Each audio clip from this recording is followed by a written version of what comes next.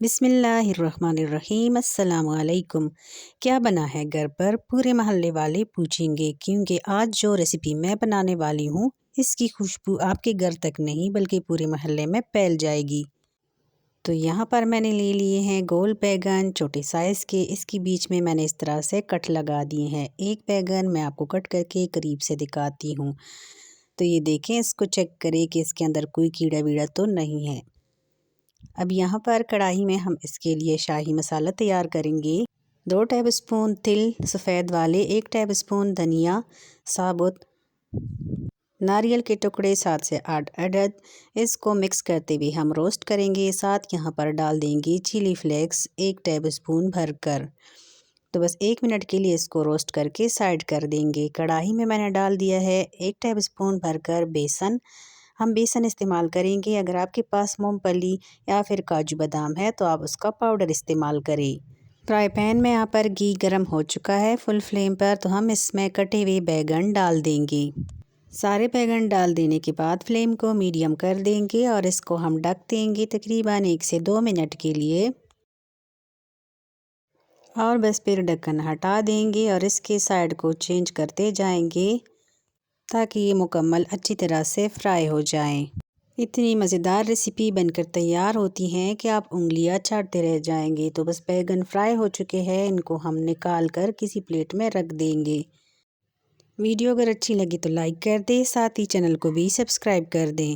इसके लिए मसाला तैयार करेंगे। कढ़ाई में हाफ़ कप घी डाल देंगे।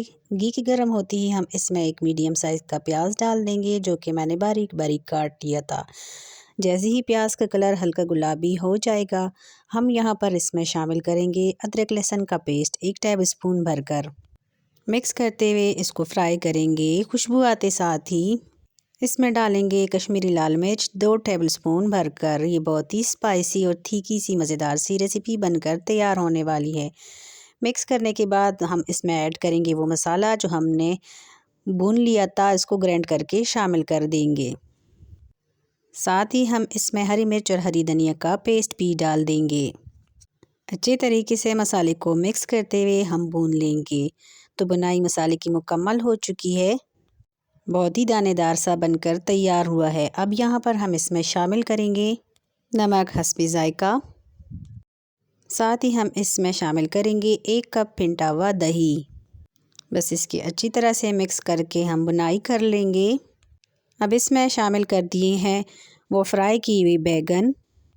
2 मिनट के लिए ढक कर रख देंगे और फिर हम इसका ढक्कन हटाकर इसको कुक करेंगे।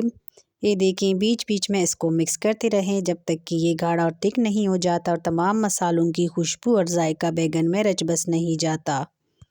5 मिनट के लिए हम दोबारा इसको मीडियम फ्लेम पर कुक करने के लिए छोड़ देंगे। 5 मिनट बाद इसका ढक्कन हटा देंगे। तो ये देखिए, मज़ेदार शाही बैगन बघारे बनकर तैयार है। इसकी अच्छी से मिक्सिंग कर देंगे और अगर हरी धनिया पसंद है तो ऊपर से डाल दे। बस इसको डिश आउट करके नान रोटी और चपाती के साथ सर्व कीजिएगा। अगर आपको ये चावल के साथ पसंद है तो आप चावल के साथ भी इसको सर्व कर सकते हैं। इस मज़ेदार सी रेसिपी को आपने ज़रूर ट्राई करना है और कमेंट करके मुझे ज़रूर बताना है कि आपको ये रेसिपी कैसी लगी। अगली वीडियो तक अल्लाह हाफिज़।